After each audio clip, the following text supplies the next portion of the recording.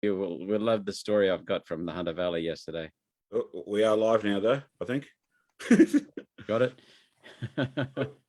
Yes, we are live. Hello, everyone. Myk Simms here. I am Senate candidate in the ACT for the Informed Medical Options Party, but I'm wearing a different hat today. I'm here representing MMAMV, Millions March. And I've got these guys together just to talk some politics tonight, because I think now is the time, more than ever. We need to know who we're going to vote for, who are the good guys, and how can we make a change. So if we'll just go around the circle, everyone should know who everyone is here, but just a brief introduction. Senator? Okay, Senator Malcolm Roberts, representing the people of Queensland and servant to the people of Queensland and Australia.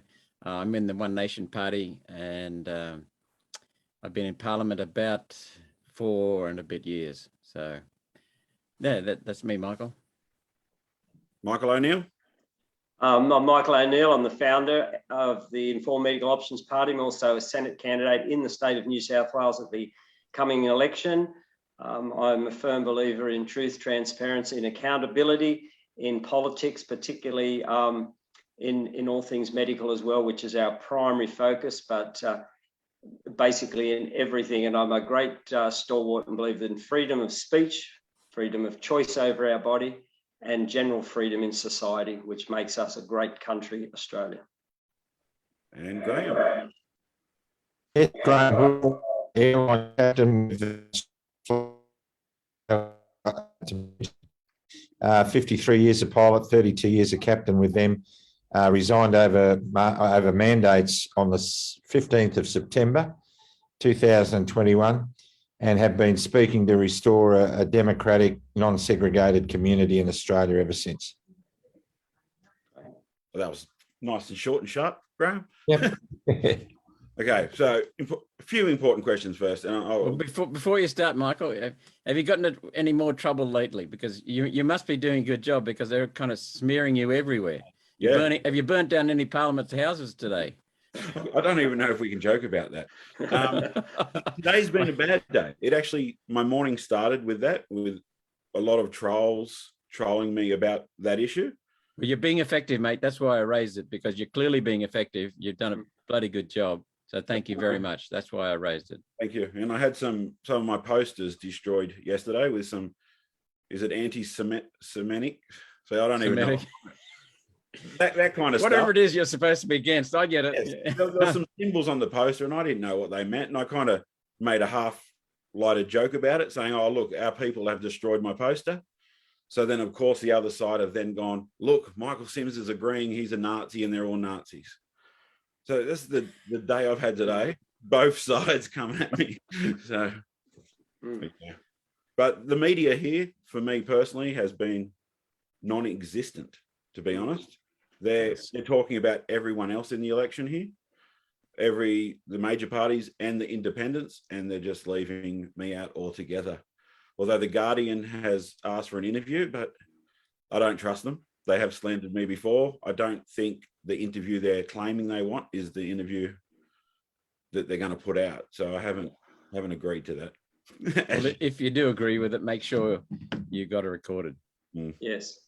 And tell them up front that you're going to record it, because that puts them on better behaviour. That's a good idea.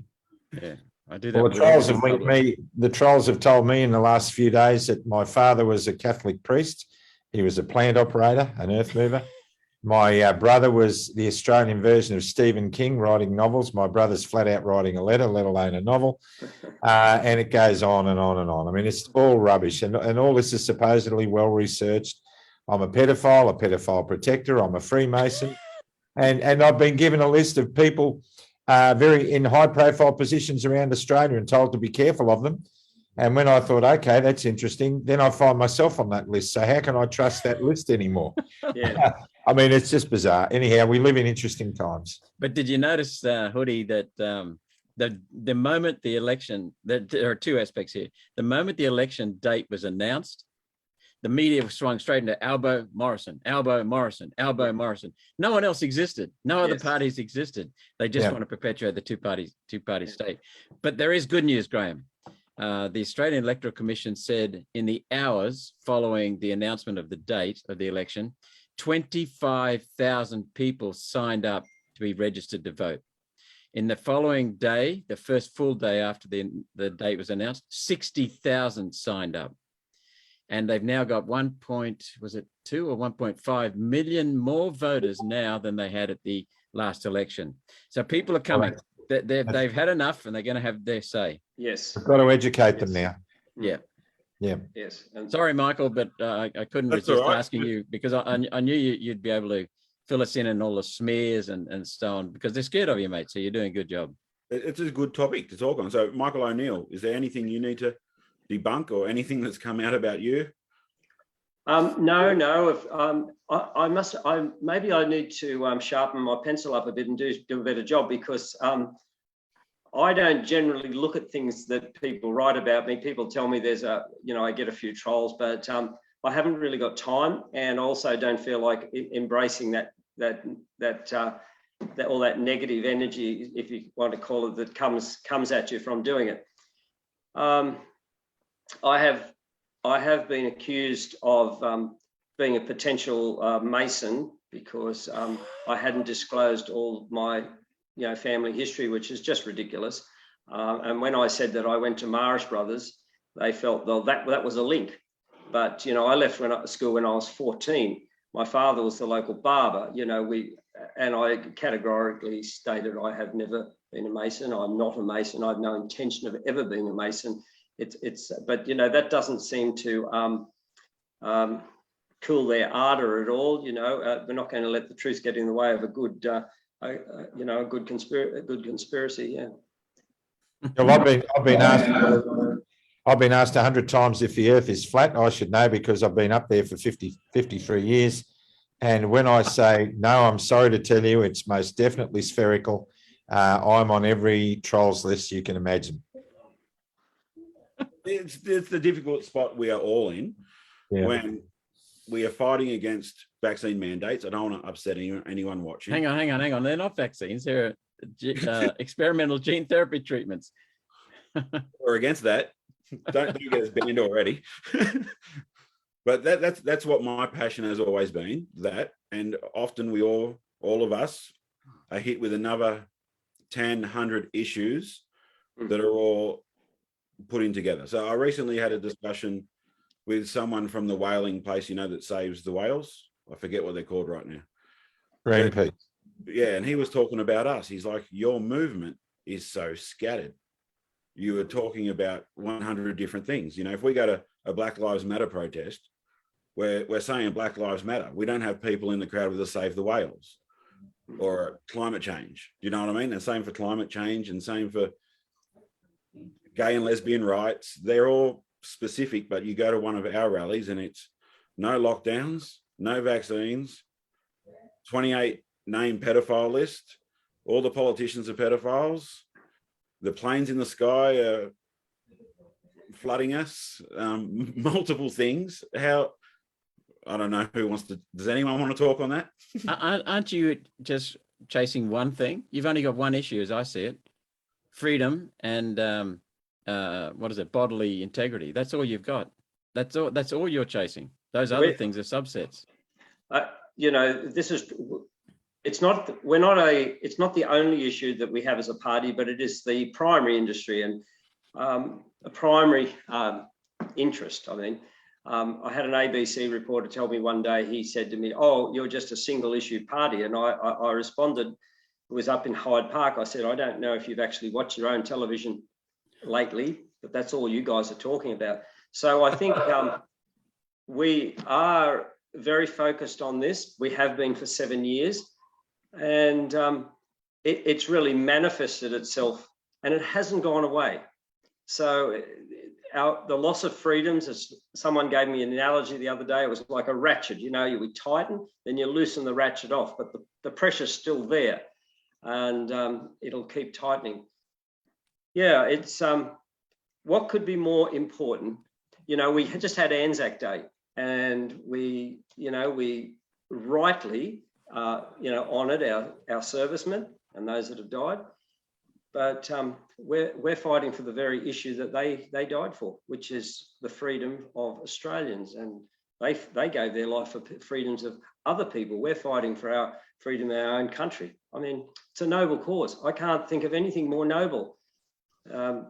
And people have flocked to this country from all over the world to obtain freedom, whether they've come from in the past from the communist bloc countries, whether they've come from other countries that have had despotic rulers.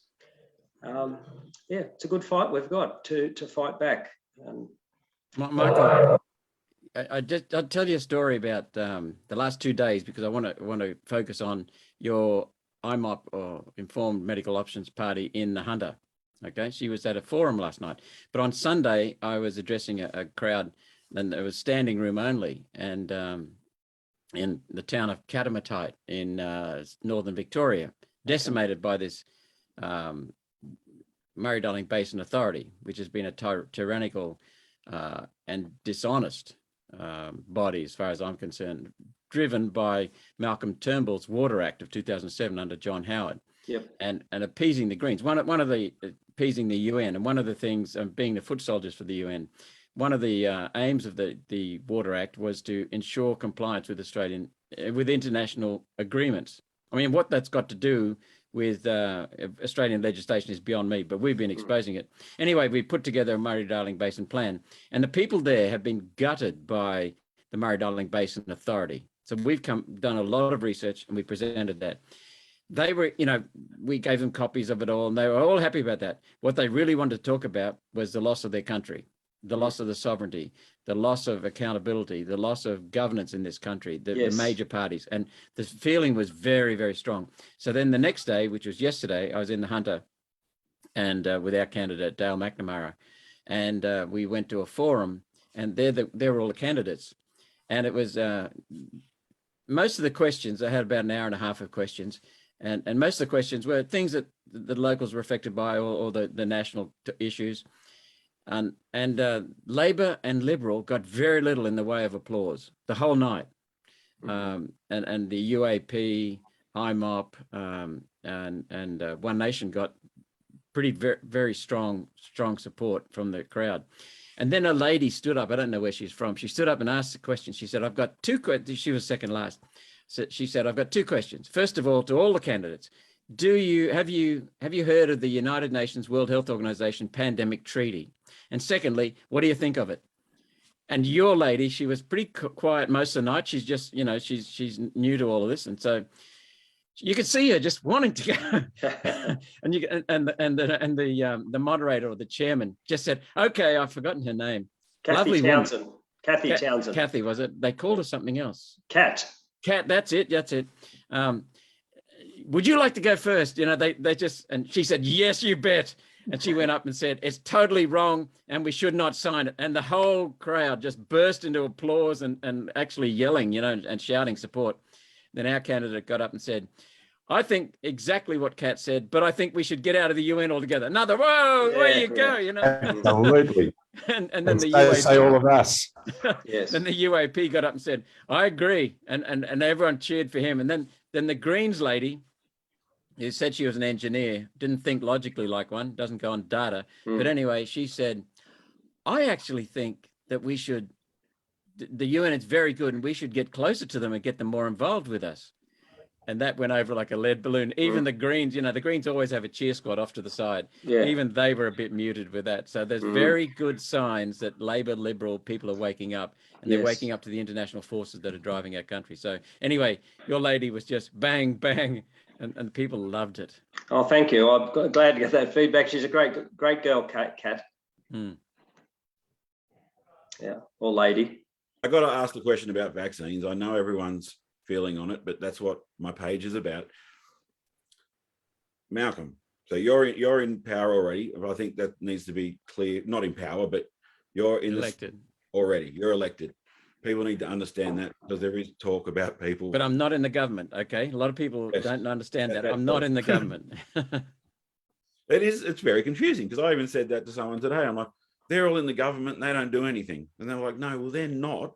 The Liberal Party is the government, and the rest not there to watch. But I was talking to George Christensen last night, and the way he was explaining it and joking about it, that it's just a bit of back and forth banter a lot of the times, and not much else is happening. Not to say you're not doing anything, because we were saying we see a lot of you, we see a lot of George, we see a lot of a few guys, but the other 100 in the building, we don't see or hear from until we see their signs up on the side of the road. Mm. So just on vaccine mandates, are you, Malcolm, One Nation, against all vaccine mandates, or just mandates for certain jobs are okay? Or we're in favor of bodily integrity and freedom of choice and the right for your choice to be accepted. We are in favor of medical treatments that have been thoroughly tested, fully tested, found to be safe above all, found to be proven to be effective, found to be accessible and affordable. That's what we're in favor of. These mandates for the COVID injections and comply with none of that. They have not been tested. They've been minimally tested, not fully tested.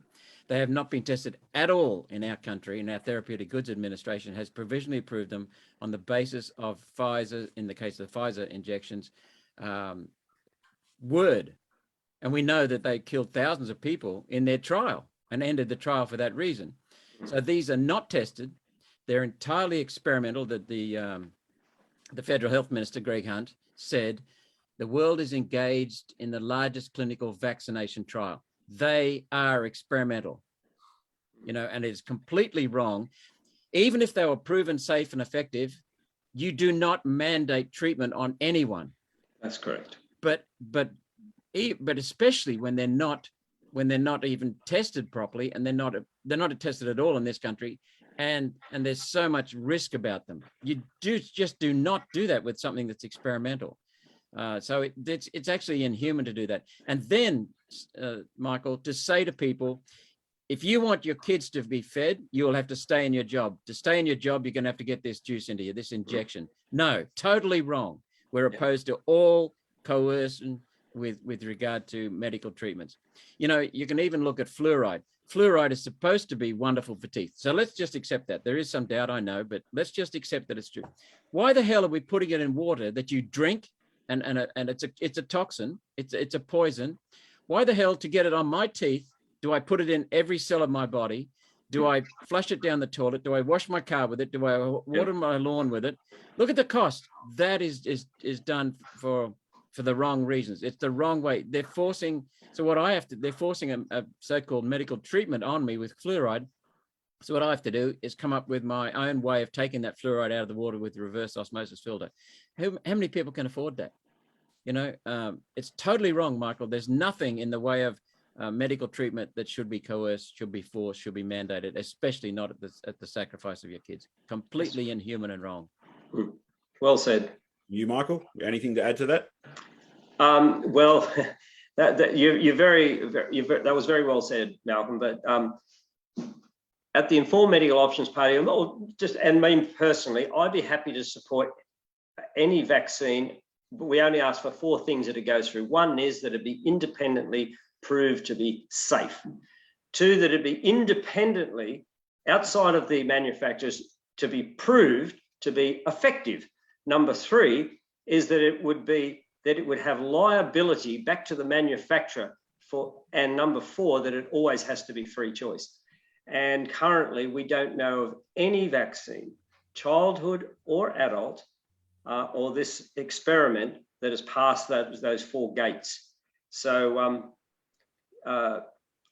therefore we find it very hard to understand. And I don't think those suggestions are irrational, because I mean, which part don't you agree with?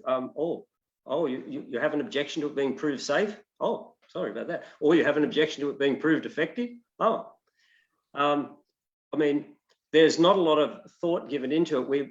We've become so trusting of our system. We've given over a lot of our thinking just to say, oh, well, we trust the system.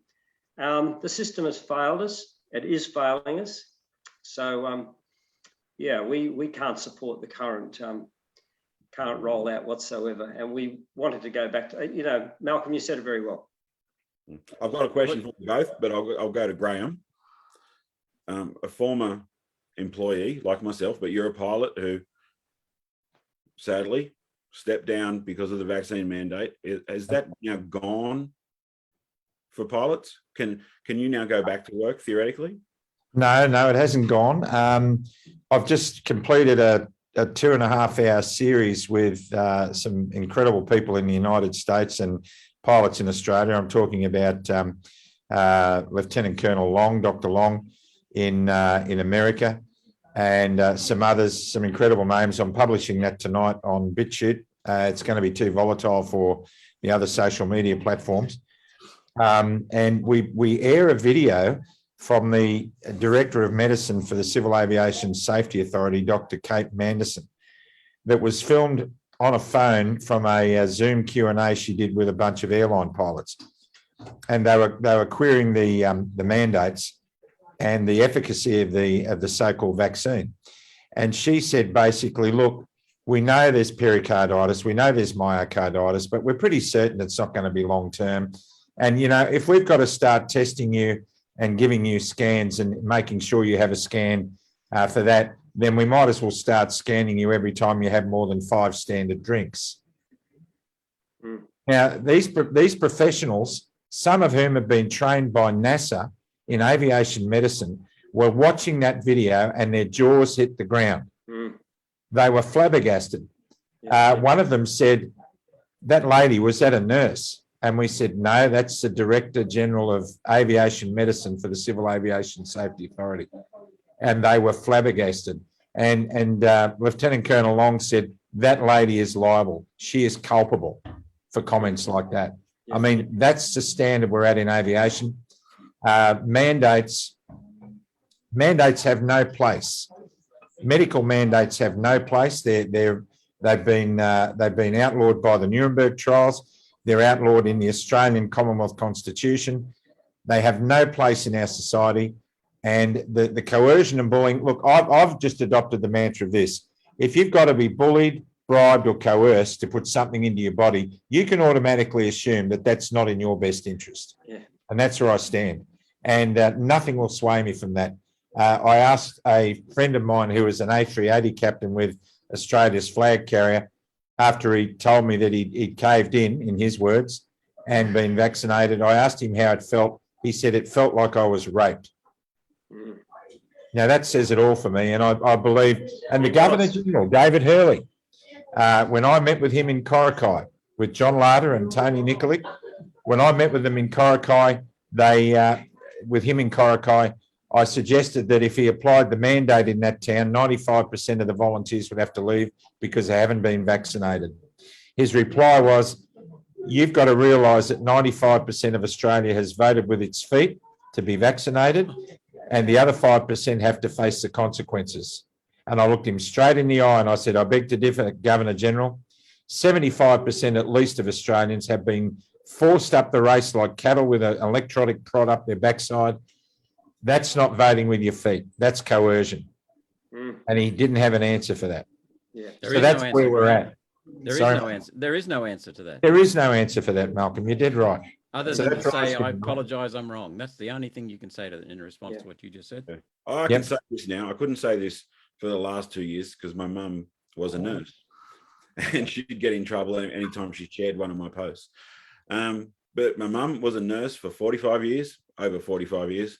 Was running hospitals, was a midwife, was a matron, all these great jobs in a hospital. Over the years, she has joined our team. You know, started looking into things, stuff that she denied when I first said it. That can't be true. That can't be true. Slowly over time, over the years, looked into it and was fully on our side, but is triple vaccinated. A choice she made because she's actually terminal and wanted to see her family before she passed. So that's a choice but like you just said, she didn't want it. She's entitled to make that choice. Yes, but she wouldn't have made that choice if there was no mandates in place and if there was no vaccine passports and those things. Yeah. But about your pericarditis and myocarditis thing, this is again a nurse of 45 years stated it was very rare. She'd not seen much of it. But if a young girl or a woman had it, they don't have much chance of delivering a baby after having it because it'll force them to have a heart attack, etc. So that's something that no one is talking about when these 20, 30-year-old men and women getting myocarditis, and doctors are saying, well, you'll only have it for a month or two and then you'll be fine. It will never go away. But at least they're, Go away. but now at least they're admitting it, because the evidence is so overwhelming they can't do anything but admit it. We ran a COVID under question inquiry. We invited people like Jared Rennick, Craig Kelly, George Christensen, Steve Andrew from One Nation in the State Parliament, Pauline Hanson. Pauline was going to make it, but she got very sick the day before and couldn't do it. We invited Qantas Australia Party, the LDP from Victoria, because they've got members in Parliament in Victoria. Who else? All the Freedom Parties, plus the Liberals, and all those people came. Alex Antic was on electronically on Zoom, and there, we had a doctor who presented there. He had to do it in confidence, which tells you something horrendous about our medical system anyway, which you already know about. They're censored, they're beaten. And this particular doctor is a well-regarded obstetrician and gynecologist. We had to do him in confidence, in camera. He has a fertility clinic. Now, he pointed out that people come to him because they have trouble conceiving. We talked to someone in the United States. Fertility clinics are that way inclined. So they have around the world, around about 13% miscarriage rate. We check with Japanese figures, American figures, etc. For women who've been injected, it's 50%. For women who've been injected in the first trimester, it is 75% miscarriage rate. We had a woman. Now that's one thing. We had another woman who was. We had 5 vaccine injured or injection injured people turn up, and one of them was a strikingly beautiful woman of about 43 years of age, striking, tall. If you think about the word Swedish supermodel, that was her. She was active, triathlete. She's done 3 triathlons. She's a trainer of people. She's very active lifestyle. She's got 3 healthy kids. She was extremely healthy and fit. She had to be rushed to hospital because her aorta, what's the word? It's not ruptured. The medical term is something else, but it was split from pubic bone through to the sternum, basically. She stood up and lifted up her shirt and showed the scars, just one ugly scar. She nearly died 3 times on the operating table, Graeme. The surgeon who operated said it was the most traumatic operation he'd ever had, and he wouldn't do it again. 12 and a half hours on the operating table. She almost died during the operation, almost died afterwards. And we said to her, why did you do it? Why did you get the injection? Because I trusted the government that it was safe. I trusted the government that it was effective. And I wanted to see my Swedish extended family, my mum and dad, back home. That is just inhuman. Yes. And then we had another employee from a major company in this country where they've got injection mandates. So he went along and he had his first shot, and he was rushed off to hospital, and they kept him there. When they discharged him, he went back to work. Do you know what his employer said? Line up for your second. And he said, no way. So they canceled his sick leave. Fortunately, he got workers' compensation, and he's now on compensation, workers' compensation, at a fraction of his earlier wage. No career prospects with this same company, and career being ruined. And he couldn't pick up his 2-year-old son because he was so weak, and he was told not to. This is not fair. This is not right at all. Yeah, and they're not uncommon. They're quite Next common. thing after that, extremely common. is yes, they're common, but what each of you have said here, there'll be people in the comments, I'm sure, saying you're crazy. There'll be social media and mainstream media saying you're saying fake stuff, when everything you've said seemed very normal, factual to me. What has happened to society when someone like the President of America can be banned from social media? My last banning, Malcolm, was for sharing your Novak Djokovic post about being the first athlete to be banned. Facebook told me, no, he was the second athlete to be banned. So I got 30 days banned for that.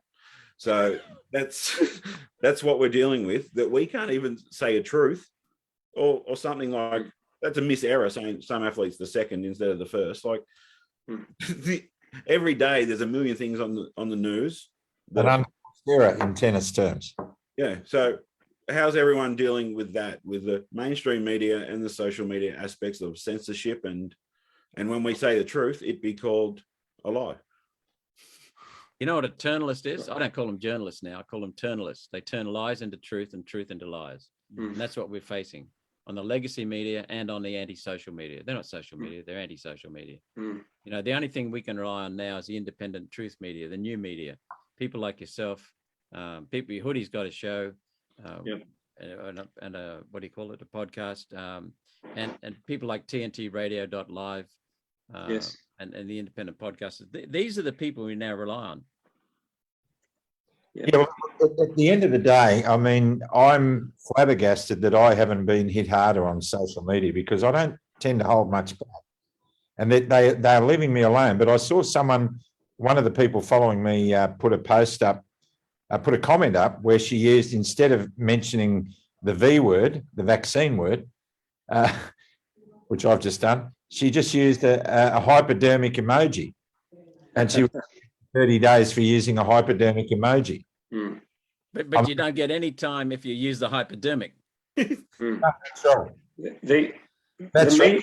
If you're in favour of using a hypodermic, you don't get any time.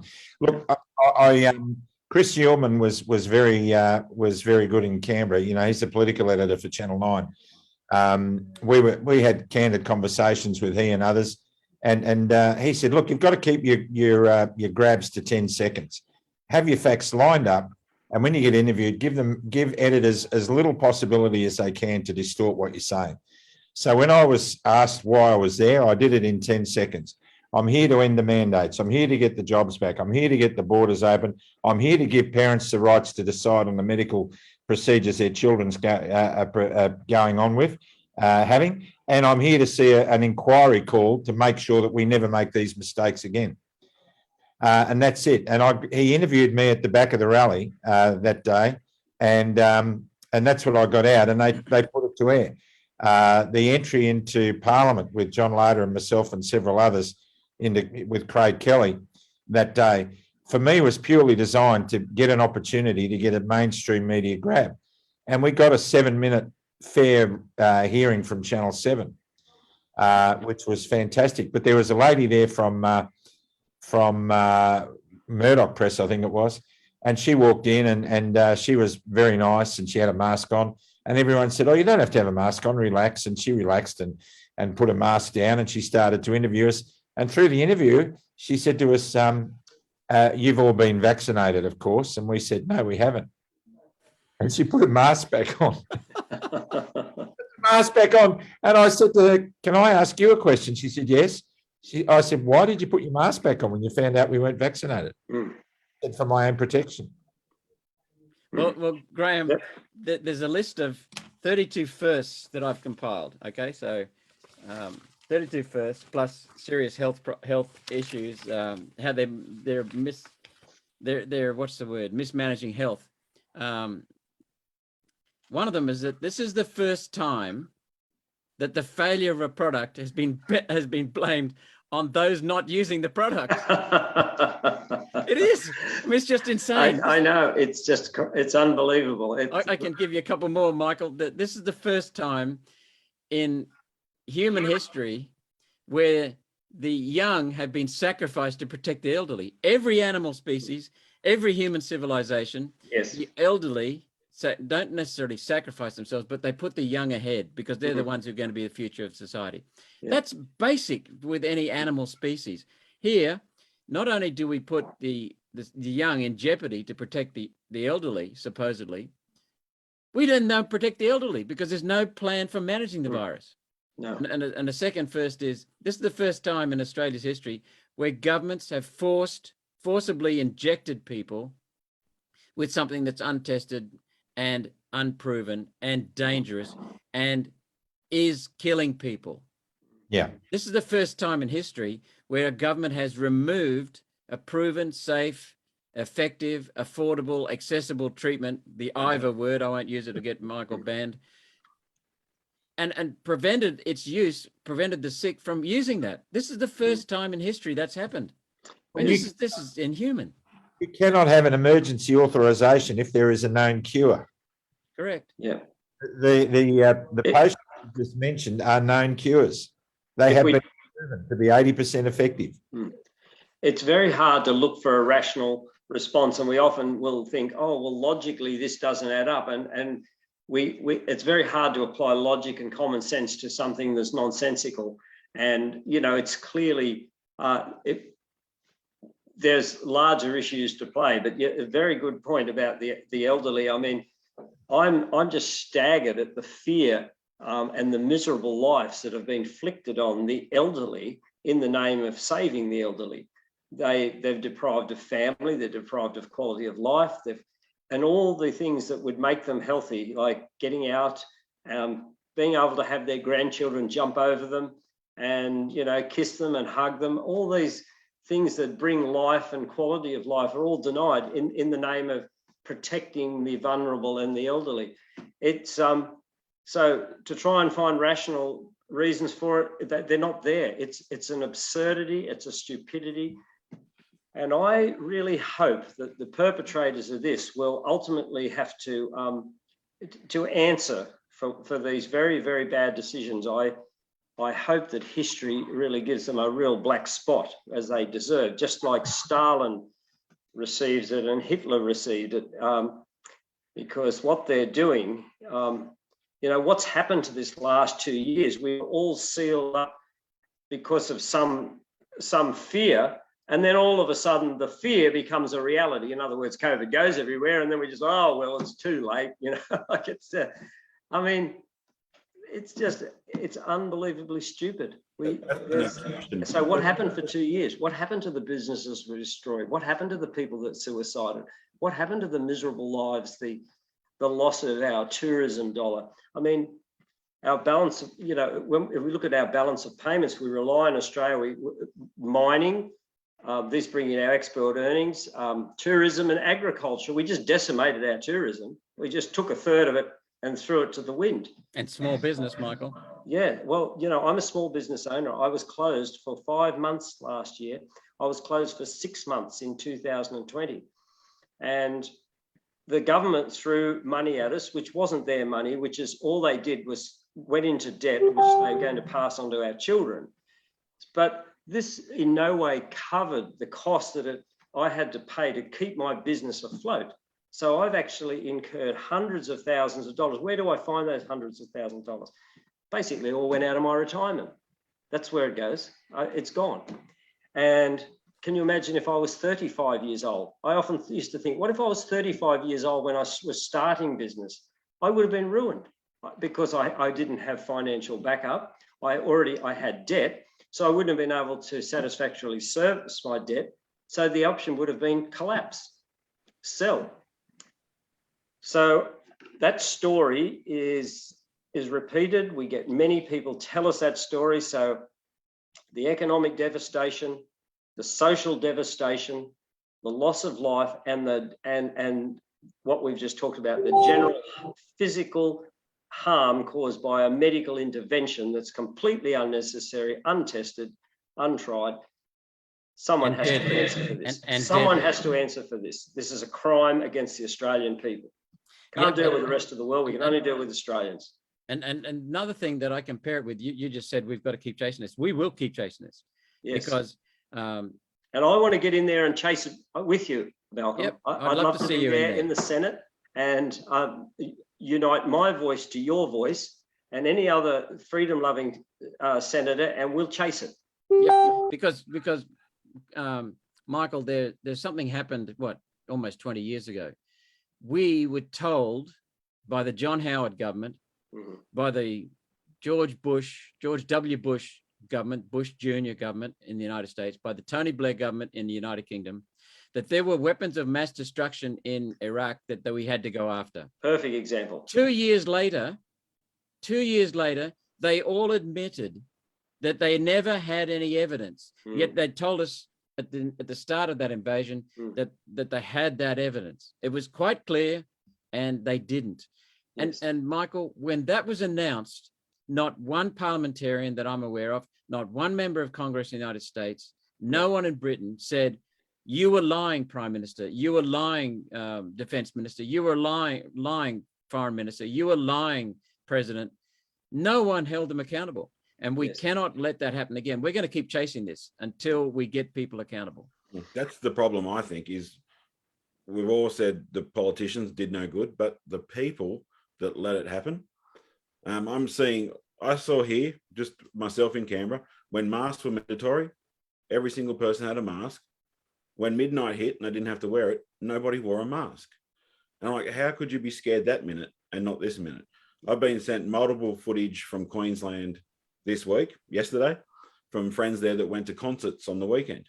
Big, massive festivals, hundreds of thousands of people there drinking, partying, all over each other. When, I don't know how long ago in Queensland, but a couple of weeks ago, unvaccinated couldn't do that. Now the unvaccinated are there and the vaccinated don't care anymore. Suddenly they're not scared anymore of the unvaccinated. Only when the government told them to be scared were they scared. That's my issue. Whereas Graeme can't work. I can't push a wheelchair, even with a mask on, as a disability worker, but I can go hang out after work with all the staff members, with the person in the wheelchair. We can all hang out after work with 1,000 anti-vaxxers or people that aren't vaccinated, but you can't go to work still for some of us. Yeah. Well, Michael, there's so many contradictions, and it's what Michael said a minute ago. I asked the Chief Medical Officer for data, the hard data, the numerical data, and on the absolute numbers with regard to severity and transmissibility of this COVID virus. And I got it last year. And I asked him also to present the data to me in a way that showed me how it was relative to past severe flus. He came back with a wonderfully simple graph, and it had transmissibility along the x-axis, and COVID was positioned so that it was highly transmissible. Okay, I accept that, just like colds, just like seasonal flus. And on the vertical scale was severity. And the severity from the Chief Medical Officer was marked low to moderate, not severe, low to moderate. It was less than some past serious flus, okay? So here we were getting out of shape for this. And then if you think further about that, we know that it strikes a small group of the population, potentially seriously. So what we have to do then is to look after them, Michael. We have to protect the vulnerable and the sick, which is what Taiwan did. In Taiwan, in the first 12 months of the virus, they had no lockdowns. They maintained international travel. They had 7 fatalities. Their population is almost the same as us. It's 24 million, we're 25. They live on a tiny island, half the size of Tasmania. So they're highly congested, easy to transmit. They have significant interactions with mainland China, where the virus came from. In our first 12 months, with lockdowns decimating people, decimating our economy, we had 1,000 deaths. Taiwan had a serious outbreak of quarantine. That quarantine system broke down, but because their systems were so good, they quickly recovered that. And they've had a fraction of the deaths that we've had in this country, even after their quarantine outbreak. So that we have completely mismanaged it, completely mismanagement. And you look at some of the absurdities, like if you're an employee at Coles, you can't walk in the back door and work in Coles, but you can walk in the front door and be a customer, and it's all fine. But I also want to mention, I like Michael, I've donated my time voluntarily for about, 2008 through till 2016, about 8 years, and then another 2 years after that, voluntarily fighting the climate scam. There's no evidence that we're affecting climate with our carbon dioxide.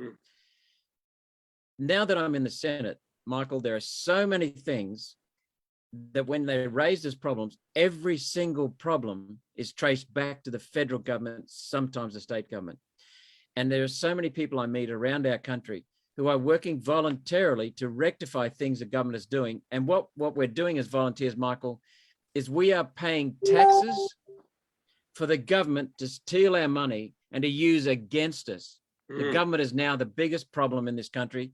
Every major problem in this country is initiated by the government and is due to the government. Quite a few of them are due to the United Nations, but even them, there's still the responsibility of the federal parliamentarians and some state parliamentarians, because they adopted those policies from the UN. The UN didn't force them, they wanted to. No, it's not only government, gents. I believe that I have personally lost faith in every single institution in Australia. Education, religious churches, bureaucracies, corporations. I do not trust any single institution anymore. And that's happened in the last year. I've completely lost it. We have governments that are way too big, bureaucracies that are way too big and way too overpaid and way too costly to the people. And I mean, we have to be one of the most overgoverned countries in the world. Yeah, for sure. And that's what has to. I mean, even the charitable organisations we used to trust and donate to have lost complete. We've lost complete faith in them. We've seen that in some of the debacles happening up in the floods. So, and we've had the bushfires. Where do people go with that? I mean, I'm the only person on this panel who's not running in the election. So my question to all of you is, how do we reduce the size of the impact of government in our lives? How do we stop having to extend our lives to accommodate more and more bureaucrats into our everyday living? Well, the first thing I think, Graeme, is the core, the ultimate responsibility for the way this country is the voters. That's it. The voters are the only ones who can change the constitution. So we, the people of Australia that can vote, are the ones who are responsible. And what we've been doing is putting the same old donkeys, Tweedledum or Tweedledummer, in every year. If we get sick of the Labor Party, we then vote for the Liberal National Party. Once we get sick of them, we vote for the Labor Party. That is the problem, because they're both the uni party. They're both pushing the same UN policies. They're both that we just talked about on the fact. I've got a list of about 12 points that show that the injection mandates, Graeme, are a direct result of the federal government colluding with the states, the Labor states, the federal Liberal National, Morrison Joyce government. They could not have done those injection mandates without both working together. And so what we've got to do is vote for third parties. So my simple rule, and I think it's the same with you, I think it's the same with Michael too, is that we put the majors last and we put the freedom parties first. So that's correct. And we would follow that. And in fact, in the Senate, I have a belief to starve them all together, to don't vote right through to the end, vote for all the freedom parties and then stop voting at that point. You can't do that on the small sheet in the House of Representatives. And I don't want to confuse anyone here and think that you can only vote for a couple of numbers in the House of Reps. You have to vote every number there. But once you come down to the big white sheet, then if vote for a minimum of 6, might be 8, it might be 9, you can go for your freedom parties, then just stop voting. Deprive them completely of any oxygen or any chance that they may get derive some benefit from your vote. I endorse that completely. Yes. Because if you look at the freedom parties, there's One Nation, IMOP, Qantas Australia Party, UAP, LDP. Oh, there's another very good one too, Australian Values. Then there are a couple more. You only have to nominate 1 to 6 above the line in the Senate. You do not have to put anything to do with Liberal, National, Labor, Greens, correct. Nothing at all. That's right. Starve them of what they really want. Talking about what can we do? I agree with you, Graeme. We are an incredibly over-regulated nation. We are the ultimate nanny state. And prior to COVID, I calculated the year before I'd spent nearly 40% of my time overseas. And I don't fly as much as you, but I was traveling, and when I come back to Australia, it was almost like something. Oh, that's right, we're back in Australia. The regulations at every turn, from when you get in your car to drive away from the airport, 80, 60, 80, 60, 40 now, and cameras there to click you if you do the horrific crime of going a few kilometres over. So we need to push back, and as a people, we need to not trust in our medical system. And I would like to see in government that we just have to wind back the huge proportion. Now, I might have this figure wrong, but I read this recently, Malcolm, that in New South Wales, the rate of government employees and government-funded employees in New South Wales was 25% of workers. 25% of workers in New South Wales were either working for the government or a government-funded jobs. See, that proportion is way too high. It should be low. Of course, we need things like roads. We need to have some basic infrastructure. But what a lot of these employees are made up of is huge bureaucracies that are just nothing now but a cancer. They destroy growth, they destroy incentive. And of course, I'm just going on here a bit, but manufacturing is a very organic thing, and manufacturing has left Australia because the soil to build your business is being fouled up by these government bureaucracies. And so if we want business to come back to and manufacturing to come to Australia and for our country to thrive, we actually have to make the soil good, and we have to wind back the over-regulation. How does that happen in any, I think you asked the question, Graeme, how does the voter participate in that? Well, let's be not such big complainers about everything that happens as well on a petty level.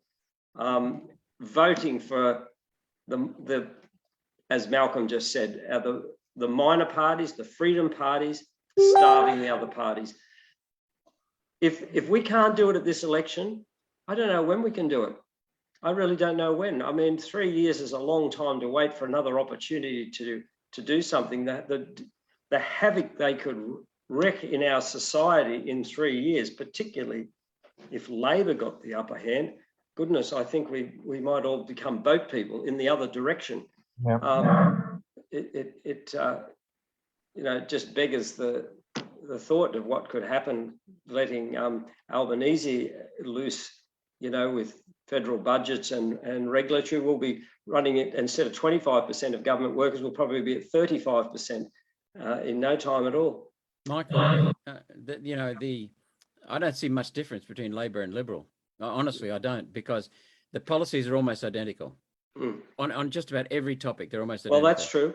And if you look at, I used to put the Liberal Party ahead of the Labor Party because the Liberal Party didn't have factions. Now Morrison runs the factions. He's got them smashed, and he's got control of that party. One man, and he's a bully and he's a dishonest liar. Yes, that's we know true. that. No vaccine mandates in Australia, says Morrison repeatedly. He's causing the vaccine mandates. But to look further, the reason I used to put the Liberal Party ahead of the Labor Party is because there are people like Gerard Rennick, Alex Antic, Connie Fierravanti-Wells, who are standing up in the Liberal Party. That's people right. like George Christensen. Whoops, hang on, he's left. People like Craig Kelly. Whoops, hang on, he's left. And so, so that's dwindling, but still that's a good reason. But then you look at the my local member of parliament here for the seat of Ryan, where I live in Queensland, is Julian Simmons. He's what George Christensen would rightly call a poodle. Now, I've got solid evidence that the government hasn't got anything on climate change. I know that for a fact because I put the onus on them and no one has been able to provide it. I know that. I can go into that in detail, but this is not the time. So I wrote a letter to the Prime Minister, the Deputy Prime Minister, to Adam Bant and to Anthony Albanese, detailing all of this. And on October the 19th, 2021, have not received a reply. Hard, irrefutable stuff. Not my stuff. I've asked CSIRO and we debunked CSIRO and CSIRO as in a mess. There's nothing there. So I wrote a letter to Julian Simmons saying, here's a copy of my letter to the Prime Minister and the others. I would like to sit down and meet with you as being a constituent of yours. Yep. How many months have gone by? 8 months. Yeah, 8 months have gone by. I have not received a reply saying that he's even got my letter. He's scared. Let alone a meeting. Of course he is. Of course he is. But the point is, if a senator can't get a meeting with his representative in the lower house, what chance has an everyday Australian got? Because they don't give a bugger. And so the core solution for me, Graeme, to answer your question, is voters have to wake up and start holding the people in Parliament accountable and change the bastards out. Yep. I have to tell you, I have to just quickly that if you guys continue to follow the line that you're following in this program tonight, you're going to get a lot of people voting for the Freedom parties because we're sick and tired of hearing one party pull another one to pieces in the majors. And here, three gentlemen representing two parties, and you are in harmony. And this is what's going to win the electorate over. We need to see the Freedom parties in lockstep, in harmony, to bring about the changes we need in this country. We have got to get away from these major political parties. Yes, absolutely. Thank you, Graeme. We've been working some of our candidates quite closely with the UAP and the LDP. Yeah. And I'm a big fan of IMOP. You know, I don't hesitate to say that because Alona Lan won me over a long time ago. You know, when I first met her, she makes a lot of sense. Your candidates are very good candidates. I personally think we've got a better, broader agenda, but you know, you're definitely in the mix of my vote because no doubt about it. And we will talk openly and supportively of IMOP and the other Freedom parties. Yes, and I feel that we can have very good dialogue. Like we can work together when we're supposedly vying for each other, votes from someone else over each other. We're still working together. And I was just at a meeting on Coogee Beach on Sunday, and Natalie Dummer from the UAP, she was the candidate for the UAP in the seat of Wentworth. We instantly had rapport. I was very happy to promote her. She was very happy to promote me. The people were overjoyed to see that we did have that, that cohesion there. There are some, and I'd just like to mention this, that, you know, there is a minority that's saying, don't vote. The system's corrupt, don't vote. See, I feel this is extremely dangerous because once you start on this narrative, you're actually undermining all the work of our pioneers and all the work of those that have given their life to fight for this country. So to say don't vote is just an utter nonsense, as to just then give power back to the problem makers. See, this is our opportunity. If we undervalue the power of a vote, cannot be understated. And it's an honor and a privilege. Go and ask someone that lived in North Korea how much they'd like to have a vote. And we've got it. And to think that we're on some sort of higher plateau that, oh, yes, we know more and it's all corrupt and blah, blah, blah, is just a nonsense. Michael, I recall sharing a soundstage with you in Canberra when you were heckled by somebody who made those sentiments plain, and you nailed it when you said, this is a political problem that requires a political solution. That's right. And it is. Now, we may not like the system in which that solution will be applied, but we have to work with what we've got until we can get something better. Yes, everything evolves ultimately. Like the type of government that was in 1901 has evolved. We've gone through 2 world wars. We've gone through depression. We've gone through multiple other changes. And this is what we have. This is what we have. Now, our job, if we can get in, is to rectify the wrongs in it. To think that we can sit outside and throw stones and write letters and do petitions, all very well. And I think they're all a good expression of dissatisfaction. But this is the real opportunity. And this is why I got into politics, because I felt like I'd been to Canberra. We'd met with politicians and I realized they were generally quite a bit disinterested in what we had to say. They had busy schedules. And I thought, I need to be in there. That's where the decision's made. So that's why I put my hand up and been doing this because for the last 7 years, is because I do believe that there is success in there. And I'm so excited about this election because I anticipate I would like to be in. I'm hoping I'll be in. Whether my hope is a reality is another thing. But I do believe there'll be more One Nation candidates in there. There'll be some UAP. There could be some LDP, and they will make a united coalition or a force that would be able to unitedly challenge the status quo that's existing there, and that would give them a power, I hope, to be able to, well, you know, at one point, I'd love to see it if they need crossbench and a very, very strong crossbench. I'm not talking about a minor crossbench. I'm hoping a strong crossbench where they're going to scare the pants out of them, and they'll have the power to deliver government on their terms to either side. And that'll be a very exciting prospect. Very just Michael Simms, I'm going to have to go because I've hardly had any time at home with my wife, and I've just arrived back from Sydney, so I'm going to have to go. I just want to endorse Michael O'Neill's comments. My brother paid me a compliment today because he came to watch the Cherish Life rally and march that we had last week, and he's very pleased that I was speaking there. And he said, you know what I like about what you're doing? And this applies to you, Michael, every bit. He said, you're not working for your party, you're working for Australia. And that's, I can see that in Craig Kelly. I can see that in George Christensen, although he's one of us now, our party. I can see that in Australian values with Heston Russell. I can see that in so many. And we're all working towards that same goal. And Graeme, I believe that our Constitution is very, very well designed, well done. It's what we've got to do is to hold the bastards in the Labor Party and the Liberal Nationals and the Greens accountable for not complying with the Constitution. They haven't changed the Constitution, but they are not complying with it. That's correct. And Pauline and I spend a lot of our time just reminding them. So is there anything else you wanted me to do before I leave, Michael Simms? Because I've got to that's go. fine. I had one more question, but that's fine. Go and spend time with your family. All right. Thank you very much, Michael Simms. Thanks, Michael O'Neill. Thank you, Hoodie. I love what you're doing, mate. Keep going. And thank you, Malcolm. God bless you, mate. Yeah. And likewise. Yeah, I think you need to click the X, Malcolm. There he is. I'll ask you guys the question. And although you're not a candidate, Hoodie, it's still a good question because you've been in this fight a year, is it? And, it feels like 10 years, but I think it's about 9 months. Yeah. And you came through with a bang, like you've said, like you've shared your story. Everyone knows your story. You made a video, and all of a sudden you're close to the most famous guy in Australia. and you've traveled around the nation going to these rallies. So before that, Michael was doing the same and still is. But we wrote the letters to the politicians. We filled in the petitions.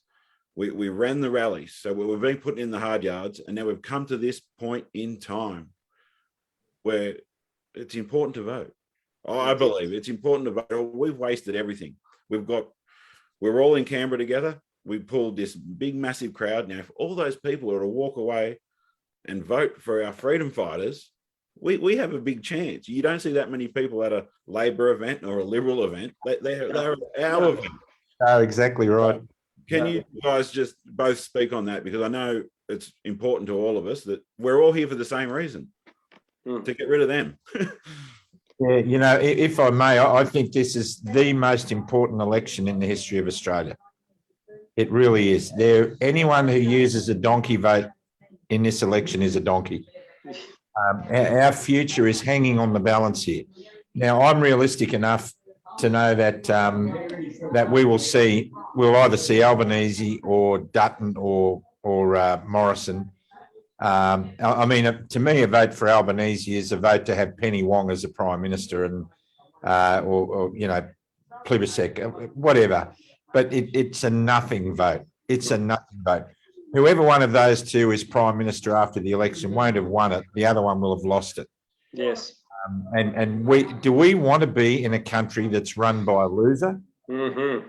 Because that's going to be the end result. Whoever runs this country out of those two parties is a loser. Mm. And I'm fed up with following losers or being led, not following them, being led by them.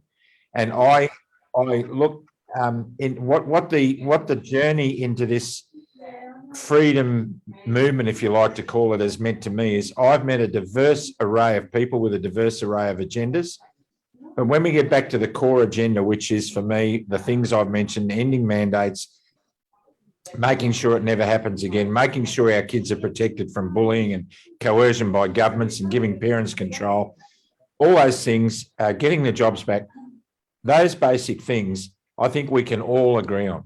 Sure, a lot of people will say, well, we shouldn't get complacent if we get those things. And I agree. We're going to be in this fight for freedom for the rest of our lives because there are the likes of Gates and Schwab waiting in the wings to change the world to suit them.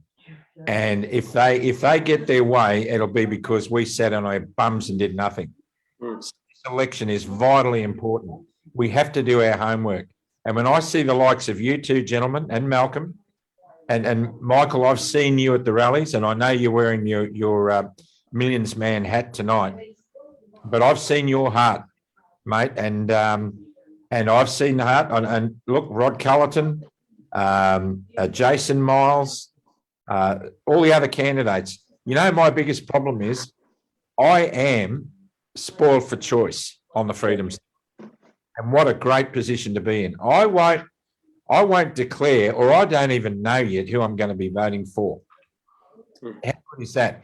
Because I'm friends with Michael O'Neill, I'm friends with Myk Simms, I'm friends with Malcolm Roberts, I'm friends with Rod Cullerton, I'm friends with Alex Antic, George Christensen, and they're all from different parties. And Craig Kelly, and people have said to me, you know, you're a UAP man, or you're a this man or a that man. I'm not. I just want to know from each and every one who I've become close to, and I've been given a golden opportunity in this debate to get close to Michael O'Neill, to get close to Myk Simms, to get close to Malcolm Roberts, etc. And I have an opportunity to interview them as the representatives that I'm going to be voting to elect to protect my freedoms. And I'm a man twice blessed in that. So I think this country has a golden opportunity to put citizens in the parliament. For the first time in 100 years, we have got the opportunity right now, in the next few weeks, to put citizens into the parliament to represent those citizens who voted them into the parliament, and not some political party hack. And I'm really grateful. And Myk Simms, I'm so glad you're running. I know your heart, I know your spirit, and I know what you're out to do. And Michael O'Neill, I've known you for 15, 16 years now, and we met in circles of faith. That's right. I've loved everything that you and Barbara have been doing. This is our chance, Australia. We've got to grab it with both hands. Yeah. Go for it, Michael. Thank you. Thanks, Michael. And thank you, Graeme, for those kind words. Yes, this is our opportunity. And I could think of many things that I would naturally rather do, because I've never had a bent in my life to become a politician. But I do know that we're in a time of crisis, and I have the ability and I have the tenacity and understanding of the issues that I have, that I want to go up and have a go. So it's great working with these other parties. I mean, we have great people in, you know, I love every candidate. They're very passionate, but it's just brilliant to be able to work with the likes of Malcolm. Malcolm is a good guy. First time I met him, I knew he was a good guy. I could just tell. We met down in Canberra. We sat down in a caravan and had a chat, and then we sat down the next day at Parliament House and had a chat. And I thought, he's a good guy, I can tell. And you know, I know Craig. I've briefly met George Christensen, and I've met some of these other people, and I like them. And we're very different personalities, but they have their eye on the truth, and they understand the issues. Their minds aren't clouded with the with the narrative that's just being spewed out to the general population of Australia through the mainstream media. That's completely hoodwinked them. So, yep, this is our time. I've often said this, but I sat on the town hall steps at Maitland when I was in my late teens, and Gough Whitlam was there. And I was listening to Gough, what he had to say, and we're actually a bit of a larrikin, so we're saying, oh, go home, Gough. But the reality is he was saying it's time, and we thought it's time. And of course, being young and just starting to vote, I went and voted for Gough. But all that aside, it's now time again. And, you know, there's 50 years have passed since that time, and it's time now that we have a whole new change on the political landscape. So I'm looking forward. I hope I'm in there. As I've said, I don't want to be repetitive, but what can I say? It's time. If we can't do it here, people, vote. Those that are watching, vote for the freedom parties, starve the major parties. Let's just do it. Yep. And get everybody you can to vote. Go to websites like Put the Majors Last. They're a great assistance to help you vote. And let's do it. And I'll be, for the rest of the next 2 weeks, I'll be interviewing candidates from all around Australia, upper house and lower house. I think Hoodie's doing the same. Maria Z's doing the same on her platforms. Gaz Cam's doing it in Queensland. I don't know if there's probably more people doing it. Just check out. Oh, yes, I'm with Maria Z tomorrow night.